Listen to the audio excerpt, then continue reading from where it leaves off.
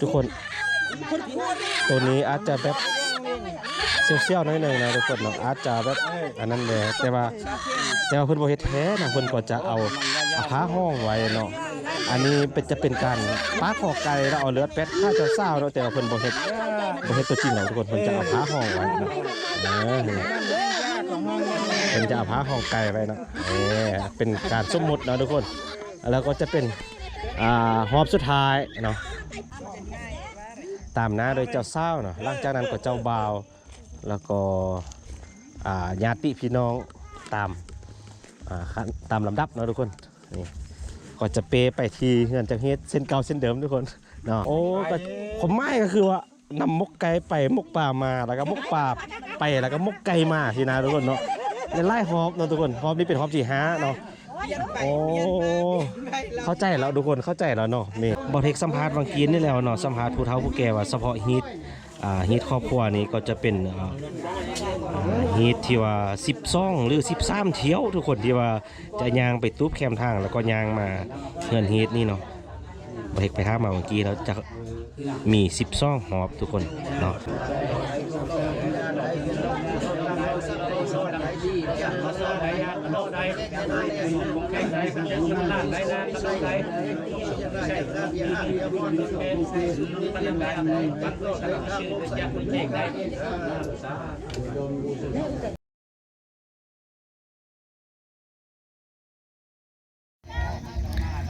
สบายดีเส้นเก่าเส้นเคยทุกคนสบายดีเนาะมดทุกคนยินดีต้อนรับทุกคนเข้าสู่ซองยูดอยหรือว่าซองประเทศคือเก่านะวันนี้มีญาติพี่น้องคนนี้แหละทุกคนนะที่ว่าหัวจักกับประเทศเพิ่นโทรมาว่าให้มาถ่ายคลิปในงานดองของร้านเช้าคนเนาะทุกคนเนาะตอนนี้ประเทศก็เดินทางมาฮอด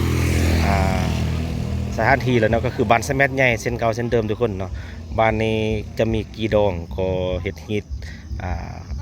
คือกันหมดเลยเนาะก็คือมื้อนี้ก็มีอีกงานดองนึงที่ว่าเฮ็ดฮิตคือกันเนาะก็คืองานเจ้าสาวก็จะอยู่ลุมพุ่นเนาะทุกคนแต่ว่าก่อนจะเฮ็ดเขาจะมีฮีทมีคลองเนาะก็คือมาที่ตู้แคมทางนี่เนาะตู้นี้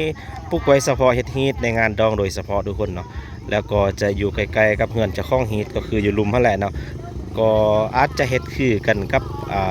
ดองที่ว่าผ่านๆมาเนาะที่ว่าประเทศเคยมาถ่ายเทื่อนึงแล้วทุกคนเนาะแต่ว่ามื้อนี้ประเทศจะมาท่ามละเอียดเลยเนาะเพราะว่าแล้วนี่ประเทศมาช้าเนาะแต่ตอนนี้ประเทศมาฮอดตอนเช้านะก็คือตอนนี้ก็ประมาณ 8:00 นปลายแล้วเนาะทุกคนฮีทคลองเขาเจ้าก็เริ่มแล้วเนาะเริ่มที่จะเฮ็ดฮีทเนาะอันนี้ก็คือฮีทเผาไพรเนาะทุกคนหรือว่าฮีทเผาลวกนั่นเองเนาะ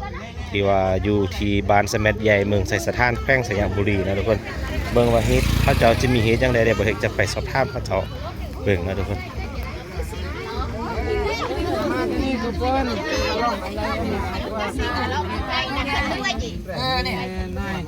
สบายดีสบายดีเจ้าสบายดีเข้ามาในไหมได้อายุนี้ก็ได้อ๋ออันนั้นเป็นเฮาแก่บ่เป็นเฮาเป็นแก่เนาะเพิ่นจะมาคารวะทุกคนฮีททั้งหมดนี่มีจักฮีทอันนี้นะแม่นแหละคันว่าเขานี่หลายฮีทว่าเขานี่3อ๋ออันนี้มันฮีทเริ่มทำอิฐเนาะนี่มันเริ่มแต่ที่แรกแล้วนี่เริ่มแต่ทำอิฐแล้วตัวนี้แหละจะได้ไปเฮือนฮีทเฮือนทองก็จะไปประมาณ 3-4 ฮอบเนาะเจ้าแม่นแล้วก็จะได้เป้เปไก่เปหมูเปไก่เปหมูนี่เบิ่งอยู่กระตานี่กระตากระสานเอาบ้านเฮาก็เอิ้นบ้านกระบุงกระบุงกระตาอ๋อนี่ทุกคนฮีทต่อไปเพิ่นก็อาจจะเปไปที่เฮือนฮีทเนาะเดี๋ยวเฮกจะเก็บภาพบรรยากาศให้ทุกคนได้เบิ่งนะตอนนี้เพิ่นกำลังซุ่มมาคารวะเฮาแก่อยู่ที่ตุ๊บนี่แหละทุกคนเนาะ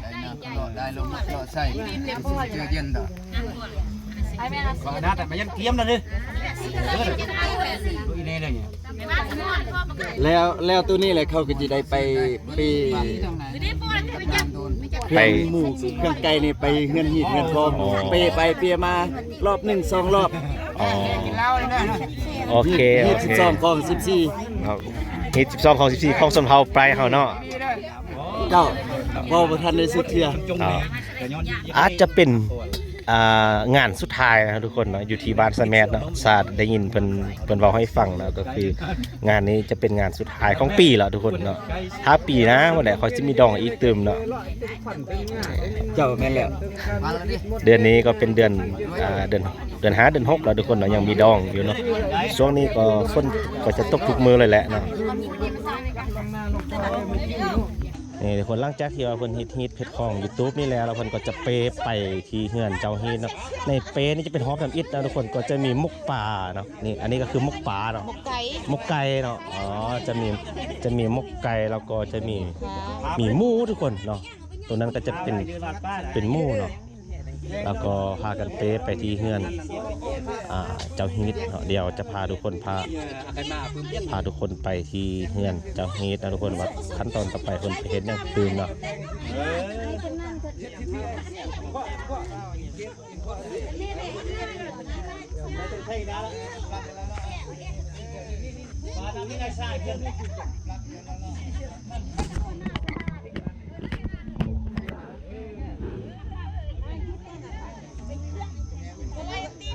ก็จะมีนำการประมาณ3หรือ4ฮอบนี่แหละทุกคนเดียว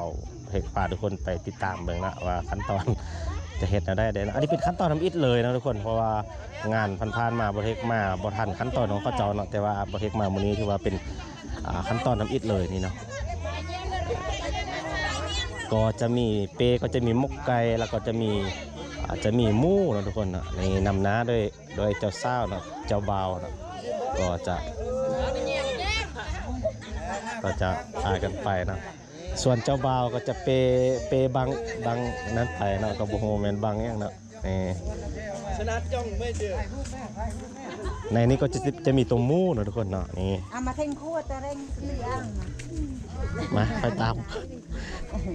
ในนี้จะเป็นมุกไก่นะทุกคนแล้วก็ตัวหมูเนาะนำหน้าโดยเจ้าบ่าวและเจ้าสาวก็จะเดินทางไปที่เฮือนเจ้าฮีดบ่ฮู้ว่าสิมีจักฮอบเนาะคือผ่านๆมานี่มี4หรือ5ฮอบทุกคนก็เป็นสถานที่เก่านี่แหละทุกคนเนาะเพราะว่าเป็นเฮือนเจ้าของฮีดเนาะนี่เขาก็จะตามมาแล้วก็เพิ่นก็จะขึ้นไปเฮือนเจ้าของฮีดทั้งเลยนี่เฮือนเจ้าของฮีดถือว่ายังบ่ทันได้เปิดเถอะทุกคนเนาะก็จะพากันขึ้นมาที่เฮือนเจ้าของฮีดนี่เนาะตามมาด้วยเจ้าบ่าวเจ้าสาวแล้วก็เจ้าบ่าวเนาะ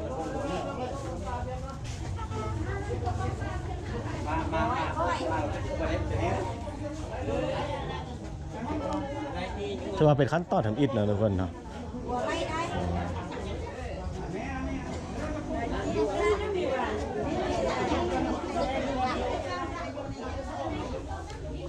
ความเชื่อทุกคนบ่เฮ็ดบ่ได้นะฮีทนี่ต้องได้เฮ็ดทุกงานเลยนะไม่ว่าจะเป็นงานแต่งได้ก็ต้องได้เฮ็ดนะเจ้าบ่าวเจ้าสาวก็ดูว่าขึ้นไปในงานฮีทแล้วนะทุกคน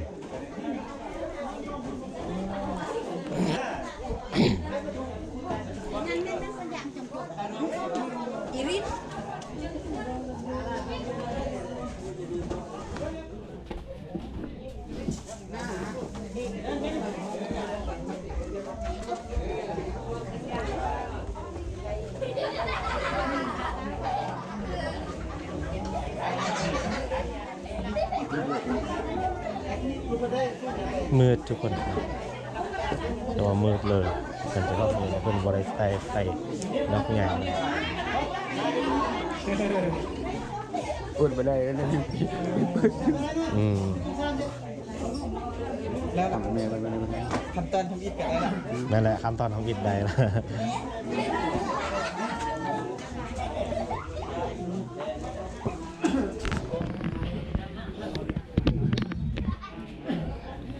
เข้าไปในเนาะ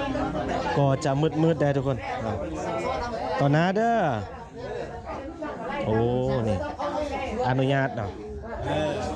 อันนี้ก็จะเป็นห้องมิดแท้ๆนะทุกคนขอบใจแจ้งแล้วทุกคน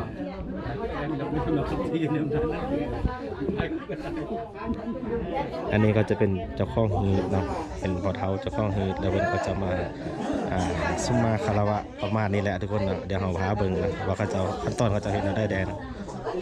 บ่สับสนุกทรายได้มาติดสับเบ้ามาเล่นได้พุ่งคอหิดกบกันนี่โอ้ยมีอนุเลยมาตัวนี้ ก็บริห้องใหญ่ทุกคนห้องน้อยๆเนาะ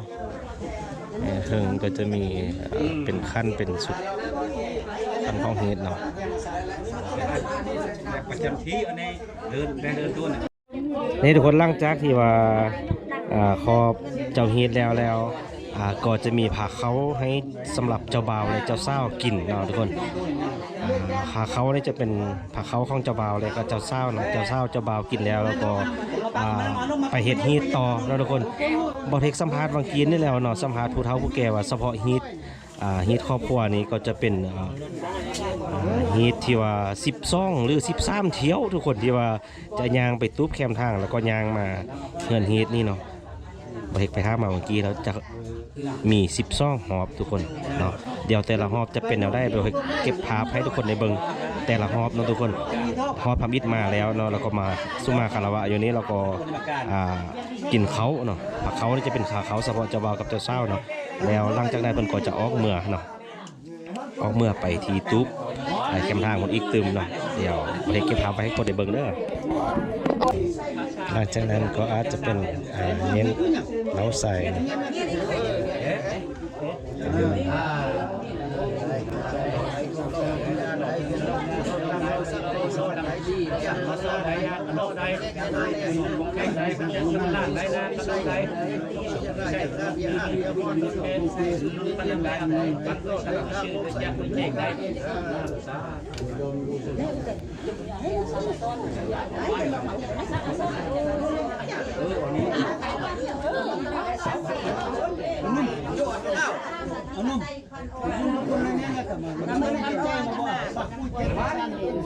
แล้วก็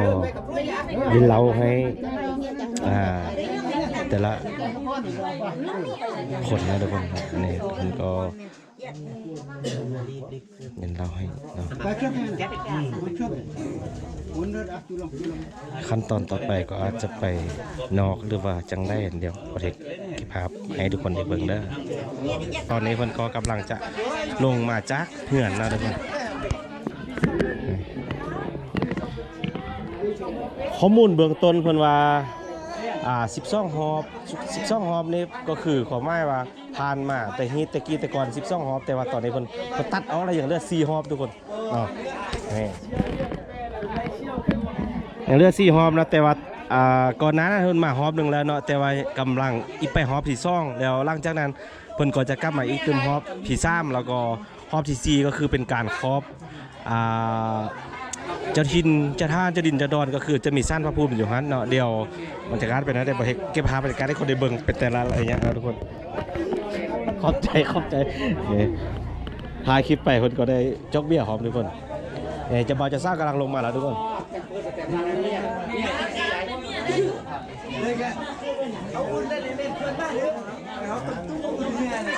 ขอบใจบรรยากาศภายในสายฝนกำลังโปรยปลายทุกคนเนาะแต่ว่าฮีทต้องได้เฮ็ดต่อเนาะตอนนี้เจ้าบ่าวเจ้าสาวก็กำลังจะลงเฮือนออกมาเป็นฮอบที่ซ่องเพราะว่าเพิ่นจะไปเปเครื่องเปคล้องที่ว่าเฮ็ดฮีทอยู่เฮือนฮีทเมื่อกี้นี้ลงขึ้นไปที่เฮือนตุ๊บอยู่ที่แคมป์ทางเมื่อกี้นี่แหละทุกคนเนาะเดี๋ยวจะตามทุกคนตามไปเนาะนี่ก็จะมีเจ้าสาวเจ้าบ่าวแล้วก็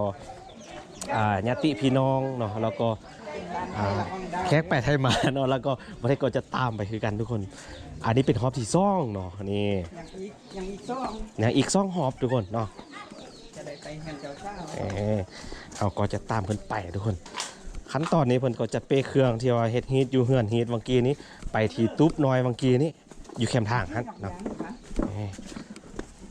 ฮีทที่ว่าเป็นคือกับงานดองที่ว่าผ่านๆมาที่ว่าซ่องยูดอยพาทุกคนมาเบิ่งไปก่อนหน้านั่นแหละทุกคนเนาะคือกันหมดเนาะบ่มีหยังเปลี่ยนเนาะนี่แต่ว่างานแล้วนี่บ่เฮ็ดมาบ่ทันนี่ทำอิฐเนาะแต่ว่าตอนนี้บ่เฮ็ดมาครบทุกฮอบเลยเนาะนี่เพิ่นก็จะมาต ตูบนี้เส้นเก่าเส้นเดิมนะทุกคนในกระตับในกระบุงนี้ก็จะมีเครื่องต่างๆนานานะทุกคนเนาะก็จะมีสวิงเนาะอันนี้ก็เป็นผ้าแล้วก็มีมกป่าเนาะแล้วก็มีอันนี้เป็นอีเนี่ย อันบังเล้า อ๋อบางเล้าว่าเสน่ห์นะทุกคนเนาะของใส่เฮ็ดของประเภทนี้โอเคแล้วเพิ่นก็จะนำเอามาฮีตูบนี้แล้วก็มาเช็คนะทุกคนมาเช็คว่าครบบอเนาะว่าว่าครบว่าดีว่าถูกต้องตามขั้นตามต้นหรือบอเนาะก็จะมี2 คนเนาะที่ว่ามาเช็คอยู่นี้ว่าถูกบอสิเนาะนี่ก็จะถูกถูกแล้วเพิ่นก็จะเอาเครื่องแนวไม้ใส่ไปในกระบุงอีกไม้เชือนึงเนาะแล้วก็จะเปไปที่เฮือนเจ้าฮิตลงกีนี้ทุกคนเนาะส่วนเปของอีกคนหนึ่งก็จะมีต้มไก่บ่เนาะต้มไก่นี่12นี่ก็จะมีต้มไก่เนาะใส่กระบุงนี่ทุกคนเนาะก็จะมีไก่อันแนวนี้ก็จะเป็นมกไก่หมดได้เนาะ12 มกเนาะนี่แล้วก็13ตัวปลาเอาไว้ดิบเลือมข้าวอ๋อจะเป็น13รวมทั้งหมด13แล้วแต่ว่าตัวที่13นี้จะเป็นตัวเป็นอยู่เนาะนี่ก็จะเป็นอยู่ในตุ๊บนี้อยู่ในกระตุบนี่เนาะกระตอบนี่เนาะนี่ก็จะมีหลายขั้นหลายตอนทุกคนเนาะหลังจากนี้ก็จะเปไก่มกไก่นี่ไปเนาะไปที่เฮือนเจ้าฮิตเมื่อกี้นี้เป็นเก่าเส้นเดิมทุกคนมันจะเศร้าพอจะมานั่งสมุนนะทุกคนอาจจะเป็นสมุนแหละเนาะนี่ข้าไอ้ไก่เคียงไก่มาเถอะดิสินั่นน่ะยังรอดนี่เป็นแง่หลังจากเช็คแล้วก็เอาเครื่องใส่ไม้นะทุกคนก็เป็นมกไก่เนาะวันนี้เนาะก็จะพากันไปที่เฮือนเจ้าฮิตเมื่อกี้นี้เส้นเก่าเส้นเดิมทุกคนอันนี้จะเป็นฮอบที่3เนาะฮอบที่3ก็จะเปไก่นะทุกคนวันนี้เนาะเพิ่นก็จะเปไปเฮือนเจ้าฮิตเมื่อกี้นี้เส้นเก่าเส้นเดิมนะทุกคน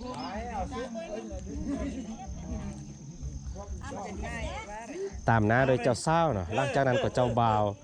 แล้วก็ญาติพี่น้องตามลำดับนะทุกคนนี่ก็จะเปไปที่เฮือนเจ้าฮิตเส้นเก่าเส้นเดิมทุกคนเนาะเขาก็จะตามเพิ่นไปนะทุกคนหางมัดก็จะมี4 หอบเนาะอันนี้เป็นหอบที่3เราได้เนาะหอบที่3แล้วเนาะ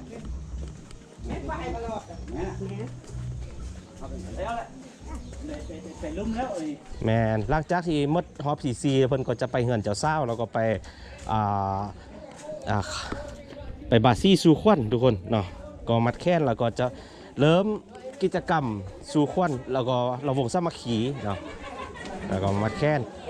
ที่แขกไปไทยมาก็จะมามัดแค้นเนาะอันนี้เป็นฮอบที่3แล้วนะทุกคนก็จะกลับคืนมาเฮือนฮิตเส้นเก่าเส้นเดิมนะ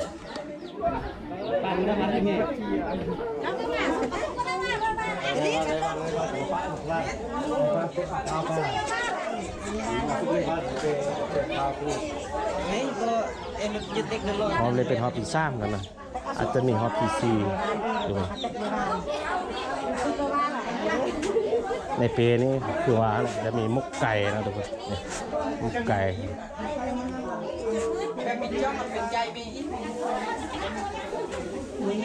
ขั้นที่3เพิ่นก็จะไปเซ็ตเครื่องอยู่บริเวณนั้นนะทุกคนหลังจากที่แล้วเราก็เก็บเครื่องเก็บข้องใส่กระบุงแล้วก็กลับคืนนะทุกคนเดียวบรรยากาศจะเป็นอะไรเลยจะเก็บให้ทุกคนในเบิ่งเป็นแต่ละระยะเนาะอันนี้ก็จะเป็นฮอปทีซีเนาะฮอปทีซีของการเก็ตฮิตนะทุกคนในงานดองเนาะฮิตฮอปทีซีนะเด้อทุกคนนะก็จะเอาเครื่องเอาข้องแล้วก็จะเดินทางไปที่ตุ๊บแคมทางเส้นเก่าเส้นเดิมทุกคนเนาะแต่ว่าฮอปนี้ก็เป็นสุดท้ายแล้วก็ยังบ่แน่ใจทุกคนอาจจะมีฮอปที่5ก็เป็นไปได้เนาะก็ยังเดินทางมาบอนเก่าทุกคนเนาะก็จะไปตุ๊บแคมทางเมื่อกี้นี่แหละเนาะนี่ก็จะมีทางญาติพี่น้องเนาะผู้แซดผู้สาวเนาะแล้วก็ทางฝ่ายหญิงและก็ฝ่ายชายแหละทุกคน ก็จะเอาเครื่องเอาข้องเดินทางไปที่ตุ๊บเนาะนำหน้าโดยเจ้าข้องเฮดแล้วก็เจ้าเศร้าเจ้าบ่าวแล้วก็ญาติพี่น้องก็จะเปเครื่องเปข้องอยู่ในกระบุงนั่นแหละทุกคนบอกว่ามีย่างแดเนาะก็จะมานำมาอยู่ที่กระตุ๊บนี้เนาะเพิ่นก็จะมาเซ็ตเครื่องอยู่นี่แล้วก็คาถาว่าครบฮอบครบแล้วเพิ่นก็จะนำไปพุ่นแหละเงินเฮดเช่นเก่าเช่นเดิมนะทุกคนอันนี้เป็นฮอบที่ 4ละทุกคนก็จะกลับคืนมาที่กระตุ๊บนี่เส้นเก่าเนาะฮอบนี้บ่ฮู้ว่าเพิ่นเอายังมาแดเนาะเดี๋ยวไปเบิ่ง ซอยนี่คือชาเสีย นี่แต่ทุกท่านนี่ก็เซ็นใบอ่ะ ก็เป็นเครื่องที่ว่าเอามาจากเงินฮีทเนาะทุกคนเนาะจะมีฮออีน่าเด้อฮออีน่า ทุกท่านนี่ก็เด็กกับ ฮออีน่า มกอีน่าคาโอ้มกป่าทุกคนเนาะฮอบที่ซีนี้มาแต่เฮือนฮีทนี่เพิ่นจะเอานำเอามกป่ามาเนาะมกป่าก็รวมทั้งหมดก็12มกเนาะฮอบนี้เพิ่นจะเอามกป่ามาแล้วก็12มกเนาะแล้วฮอบนี้จะไปหุ่นอีกแม่นบ่เป็นฮอบที่5ทุกคนฮอบที่5นี่บ่ฮู้ว่ามกยังมกไอ้เนี่ยน่ะมกไก่โอ้ก็ผมไม่ก็คือว่านำมกไก่ไปมกป่ามาแล้วก็มกป่าไปแล้วก็มกไก่มาสินะทุกคนเนาะไล่ฮอบเนาะทุกคนฮอบนี้เป็นฮอบที่5เนาะโอ้เข้าใจแล้วทุกคนเข้าใจแล้วเนาะนี่ฮอบที่5ก็จะเป็นมกไก่เนาะกลับคืนไปที่เฮือน เจ้าบ่าวเจ้าสาวเด้อ เจ้าฮีทเนาะไปเฮือนเจ้าฮีทอีกครั้งหนึงเนาะนี่ทุกคนก็จะมีมกไก่มกป่ากลับไปกลับมาเนาะนี่อันนี้เป็นฮอบที่5แล้วเด้อทุกคนเนาะก็นำหน้าโดยพอเท้าเนาะแล้วก็นำตามมาโดยเจ้าเศร้าเนาะ อะไรนะอัดคลิปอยู่ที่โอนดำมีลาวมีโพดได้ เจ้าเศร้าแล้วก็เจ้าบ่าวเนาะแล้วก็ญาติพี่น้องเพิ่นเส้นเก่าเส้นเดิมเนาะเราก็จะไปเงินเจ้าเศร้าเส้นเดิมทุกคนเนาะอันนี้เป็นฮอบที่5เด้อทุกคนเนาะบ่ฮู้ว่าฮอบที่6เพิ่นจะเฮ็ดย่างเนาะทุกคนอันนี้ก็คือฮอบที่5เนาะ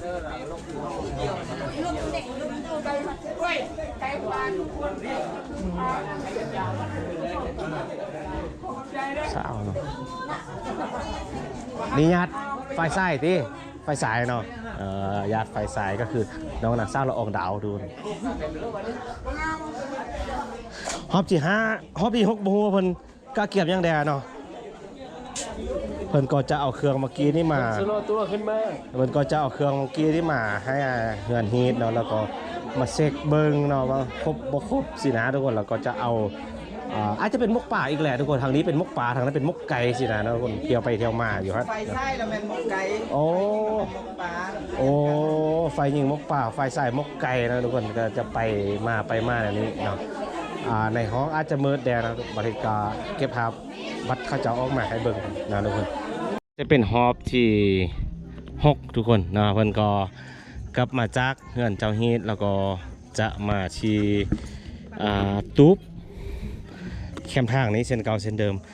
ตุ๊บนี่ไม่ของว่าแบบเจ้าบ่าวที่ว่าเป็นบ้านอื่นเนาะเป็นเคยมาแต่บ้านอื่นเพิ่นจะมาปลุกตุ๊บอยู่แคมป์ทางนี่ให้ทุกคนเนาะนี่แล้วก็จะเที่ยวไปเที่ยวมาเนาะค่ะถ้าว่าเป็นเจ้าบ่าวอยู่บ้านเดียวกันนี่เพิ่นก็จะเอาอยู่เฮือนเลยเนาะบริกเริ่มให้ใจฮอบเราเพราะว่าไปไล่ฮอบซะเหลือเกินทุกคนนะตอนนี้ก็เป็นฮอบที่6แล้วเนาะคิดว่าจะมีแต่4เนาะสุดท้ายก็ก่ายเลยทุกคนก็ไล่ฮอบเนาะ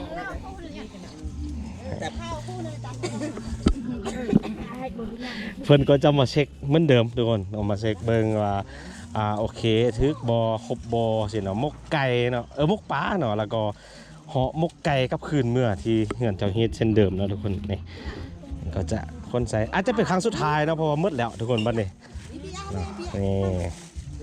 ผมอยู่แต่บ้านกวดใบอันนะกวดไอ้ครบกว่าสิ้นเครื่องอันนะ ก็อาจจะเป็นฮอบสุดท้ายที่ว่าเที่ยวไปเที่ยวมาอยู่นี้แล้วเนาะเพราะว่าตอนนี้ก็11 โมงกว่าแล้วทุกคนเนาะฮอบนี้อาจจะเป็นฮอบสุดท้ายเนาะเพิ่นก็จะ มีฮีทมีข้องก็อาจจะไล่เนาะก็คืออาจจะเอาไก่มาต้อยข้าเจ้าเศร้าเนาะอ๋อนี่โอ้ทุกคนตัวนี้อาจจะแบบเซี่ยวๆน้อยหนึ่งนะทุกคนเนาะอาจจะแบบอันนั้นเลยแต่ว่าเพิ่นบ่เฮ็ดแท้นะเพิ่นก็จะเอาผ้าห้องไว้เนาะอันนี้จะเป็นการปาคอไก่แล้วเอาเลือดเป็ดข้าเจ้าเศร้าเนาะแต่ว่าเพิ่นบ่เฮ็ดตัวจริงหรอกทุกคนเพิ่นจะเอาผ้าห้องไว้เนาะเพิ่นจะเอาผ้าห้องไก่ไว้เนาะเป็นการสมมุติเนาะทุกคนแล้วก็จะเป็นหอบสุดท้ายเนาะที่ว่าจะเที่ยวไปเที่ยวมานี่แล้วเนาะเพิ่นจะมีผ้าขาวห่อแล้วเพิ่นจะบ่ปัดตัวจริงนะทุกคนแต่ว่าก่อนหน้านั้นอาจจะปัดจริงนะทุกคนเนาะก็จะปัดคอเอาเลือดปัดแท้ๆเนาะอันนี้เป็นหอบสุดท้ายแล้วแหละทุกคนเนาะก็จะไปหุ่นอีกเนาะในกระบุ้งก็จะมีมกไก่เส้นเก่าเส้นเดิมทุกคนตอนสุดท้ายนี้ก็อาจจะไปครอบไปเราเจ้าถิ่นเจ้าท่านอยู่ซ่านพระภูมิมาแหละทุกคนเนาะ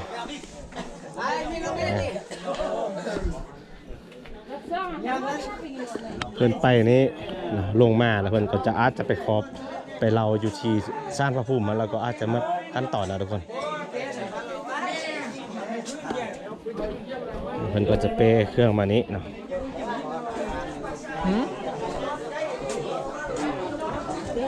ก็นำเครื่องขึ้นมาแล้วก็มาเช็คก็จะเป็นมกไก่นั่นแหละทุกคนเนาะ